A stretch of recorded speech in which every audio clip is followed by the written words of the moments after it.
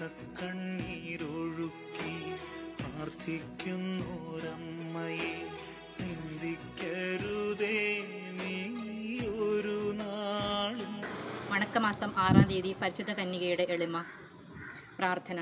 ദൈവമാതാവായ പരിശുദ്ധ കന്യകയെ, അങ്ങയുടെ വിസ്മയാവഹമായ എളിമയെപ്പറ്റി ചിന്തിക്കുമ്പോൾ ഞങ്ങൾ ലജ്ജിതരാകുന്നു.